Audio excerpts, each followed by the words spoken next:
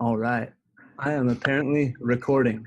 Fantastic. Yeah. Hello, everyone. I'm here with Adam Draper today.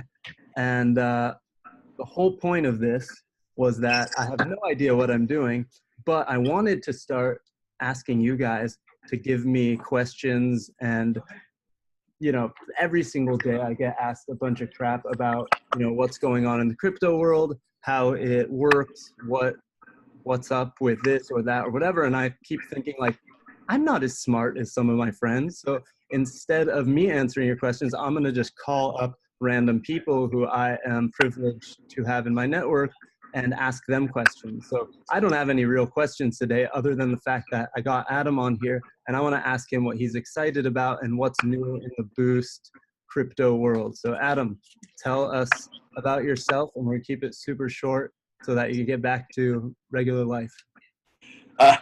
Hello, world. Well, thanks, Alon.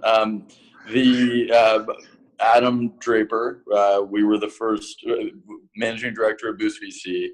We were the first Bitcoin fund. We're a seed fund that has an accelerator. We've backed about 90 to 100 crypto-related startups at this point.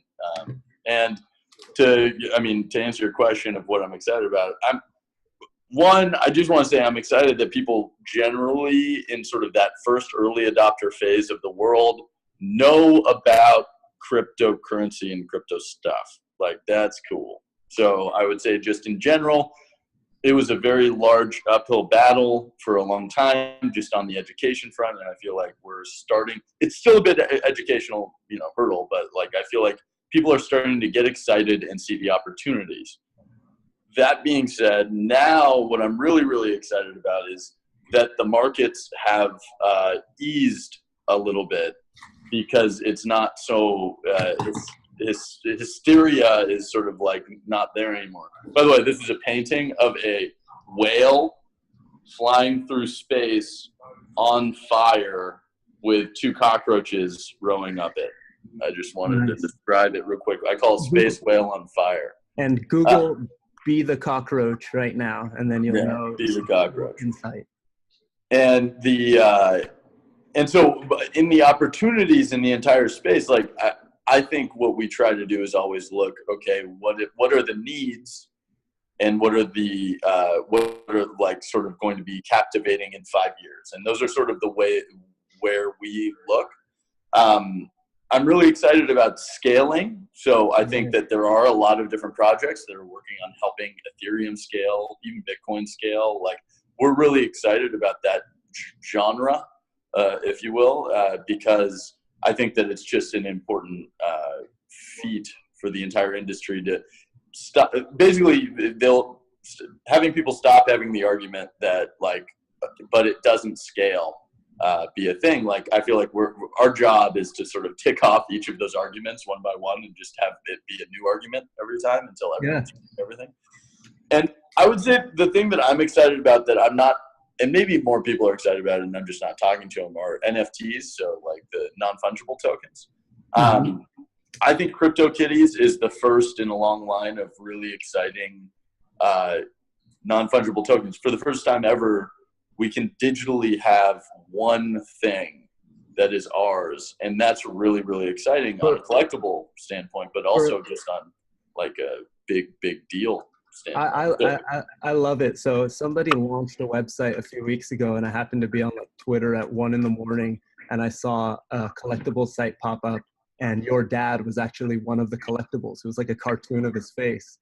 And, I didn't pay attention to what exactly I was doing, but I bought him on the site. But by the next morning, somebody had upbid me or something and bought it back for me. And I made like a fraction of an ETH. Like, somehow I made $5 overnight because I bought your dad and then somebody bought it for more. It was really funny. I love it. Yeah, no, I have a 17th generation CryptoKitty. Like, one of our companies launched is called Dark Winds. And they have a game that you can play with these cards. And when they launched, I was like, okay, I'm going to buy like half of all of them so that I have the best. And so I bought like, in the first Genesis, in the Genesis block cards, I bought like 200 cards of like couple thousand. So I'm very bullish on the non-fungible tokens. I'm very bullish on just value being built right now for all those projects that raised $100 million last year. Yeah. I think that there's just going to be a lot of really slowly, one by one, we're going to start seeing crypto stuff infiltrate our everyday lives. And really, that's the goal. The goal is like you seeing it every day and not realizing that you're seeing it. Just like you see the internet every day and you're not like, hey, I'm using TCP/IP. You just use it. Like we're using the internet right now. How crazy is it? You're not here.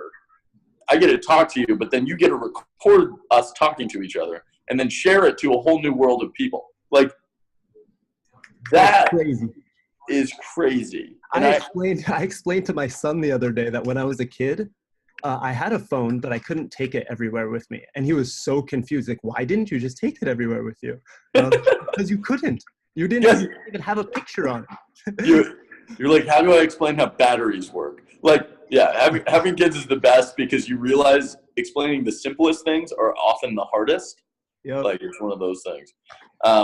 Yeah, so those are what we're looking at. Really, a lot of things right now, but we're really, really excited about infrastructure of scale. And then I think in 5 years, the NFT tokens are just going to be a part of our lives. So I think that those two things are sort of like the things that are front of my brain.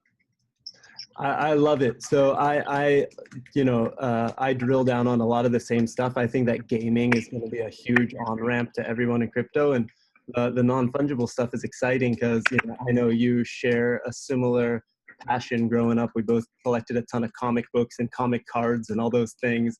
And imagine if, like, I just love the idea that if I had that one comic book that's just mine, like nobody else owns this one copy of it, and that's really freaking cool. Yeah, I mean, I only collected when I grew up. I'm not still collecting. Oh wait, I am. I wish I was, but I don't. Dude, it's the best. Yeah, I highly recommend just go into a comic book store. I still think I know that like retail is a dying breed and everything, and they're super sad. Like I think comic book stores are hurting more than almost anything else because you can buy a comic book digitally online super fast. But I still love the browsing mechanism that hasn't been replicated on like my phone. I love it too. You know what? The next time we're in the same place, we're gonna have to try to sneak out, pretend like we're doing something important for work, and we're going to a comic book store. That's what we'll meet. We'll meet at the comic book store. That sounds good. Thank you so much. I promised I'd keep it short. Everybody follow Adam at Adam Draper, Boost VC, and all that fun stuff. Ask me any questions you want, and I will find somebody almost as awesome as Adam to answer the questions, or maybe I'll corner him again and make him do it again. Thank you. You just keep calling me. I'm going to love it. I love it. Awesome to see you, man. I'll talk to you later. You too. Later, man.